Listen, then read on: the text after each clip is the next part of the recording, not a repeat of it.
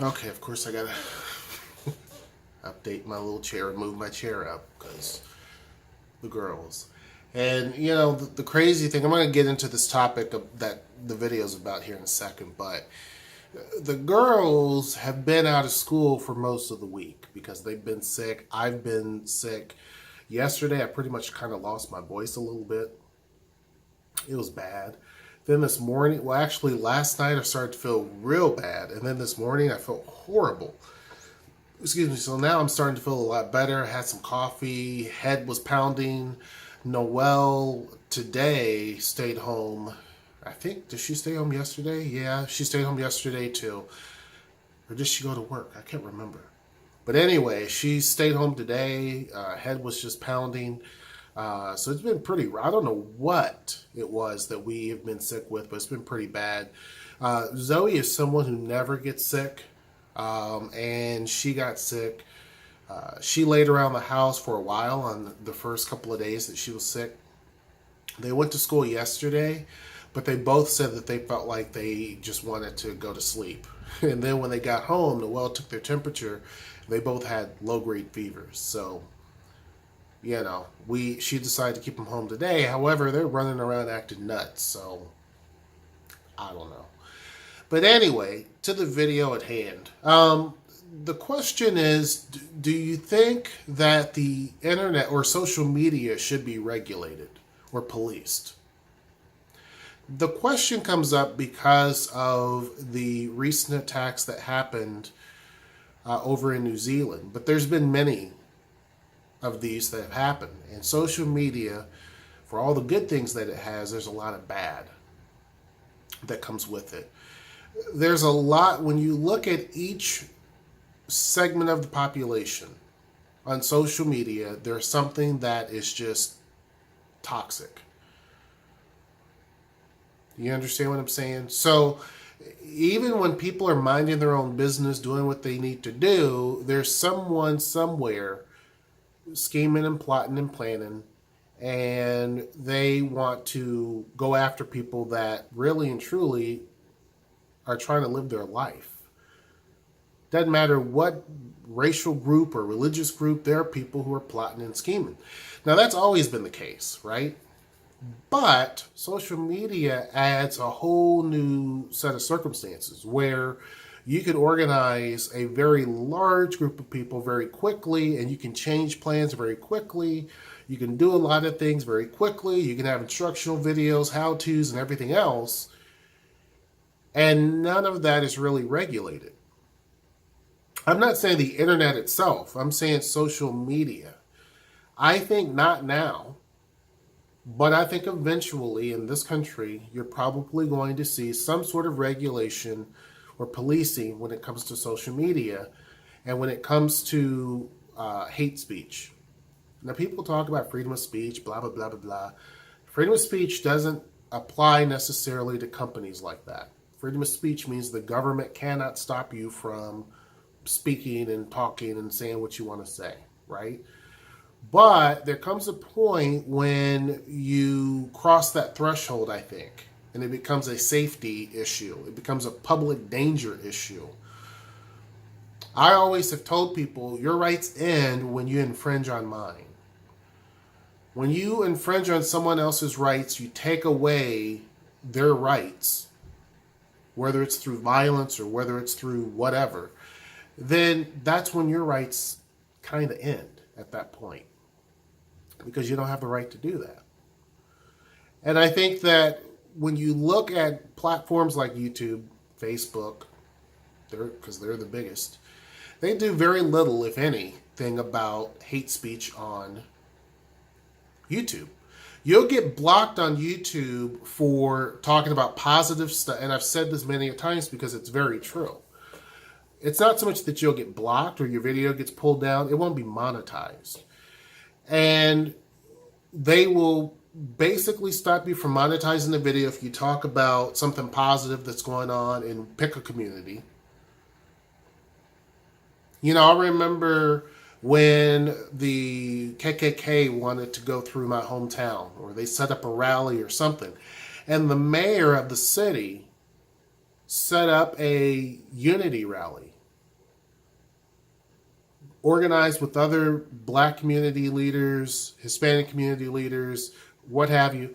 And that event was by far bigger than this whole little KKK rally, including people who protested against them. I mean, they had more people who were protesting against them than they had of anything else. But the Unity rally was much, much bigger.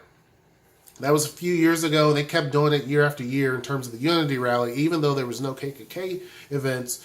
But they did it because it brought people together, and that was the whole point of that. Now, I bring that up because if I were to talk about that event, or if I were to go there and actually do interviews, and people talk about the Unity rally, and that video has a good chance of being demonetized from YouTube. But if someone from the KKK were talking their spiel, YouTube doesn't demonetize that. And I say that because you've seen it constantly. It's not just the KKK. There are people, even when we talk about black folks, there are some black folks that talk hate all day about other black people. Constantly. Constantly. And their videos are never demonetized. Their channels are never taken down. You have groups that sit and talk hatred against white people and black people and Asian people, Hispanic people, all day long, and yet those channels are monetized. So there's an incentive for these groups to continue to do what they're doing. Not only to pollute and be toxic in general, but there's a financial incentive for them to do so because platforms like YouTube pays for that. And then when you talk about something positive, YouTube will say, well, it doesn't fit with their advertisers, which is funny because you would think advertisers would appreciate unity and talking about how to improve communities as opposed to something that's extremely toxic. And it's not just the opinion of myself or the opinion of a particular group, it's worldwide opinion. Typically, not everyone would agree, obviously, those who are toxic. But the vast majority of the population will sit and say hate groups have no purpose in this country or any other country. So do I think that there should be some sort of policing? Because if the social media companies aren't going to do it, or they don't have the ability to do it, then you're pushing the hand of government to get involved. This is the issue that I had with Facebook and Mark Zuckerberg because, it's your business. It's your platform. You created it. But that doesn't mean a hill of beans if basically you're more of a public nuisance and an issue than you are of a benefit. I worked for the government. I have plaques up on the wall. Worked for the government. I can tell you that. Like, if you're more of a problem to where there's all these other agencies that constantly have to sit and monitor what you're doing, or, there's so many complaints or there's so many issues that come up, eventually they get tired of it. It's kind of like police who have to constantly go to that same spot all the time because there's always something going on. Whether it's an old rundown nasty hotel or what have you, they have to constantly, every other month or so, go there. Eventually they get tired of it. And eventually the city gets tired of it, and what do? They shut that place down. Because it's wasting resources. The folks that own it aren't doing anything to fix it. When you look at Facebook, for example, there's a slew of things that Facebook actually did and things that they didn't do that they should have that has led to the problem that is going on now. Now you have people who want to break up Facebook and bring it into several different companies, and they think that might be the best way. I don't necessarily agree. I don't think that they should own all the different companies that they do that are similar. Because when Facebook goes down like it did, it takes everything out. Instagram's down, WhatsApp is down. So, that proves kind of the point of, I think that they shouldn't go and buy up all their competition. I disagree with that. But on the same token, I don't think that government should be a heavy hand with business. But when you have companies that just do nothing but sit and collect checks, and they don't do the proper protocols and procedures that they should be doing, and they don't sit and look at channels that have a history of being toxic, spewing nothing but hate, Nothing but just racist rhetoric constantly. I don't understand why that shouldn't be looked into. I don't think it'll happen now where there would be more policing of social medias, but I think eventually it's going to get to that point. Now, some will argue that no matter what, there's always back channels when it comes to things that people can do if they're going to do it. And, the event that happened in New Zealand, which was horrible, like all the others, could still happen regardless. And that's true. Very true. But I think there should be regulation regardless on that type of thing. So, they can open up a website and still say the same stuff. There's a lot of racist websites that exist too. To me, I think the hosting companies should be held responsible for that.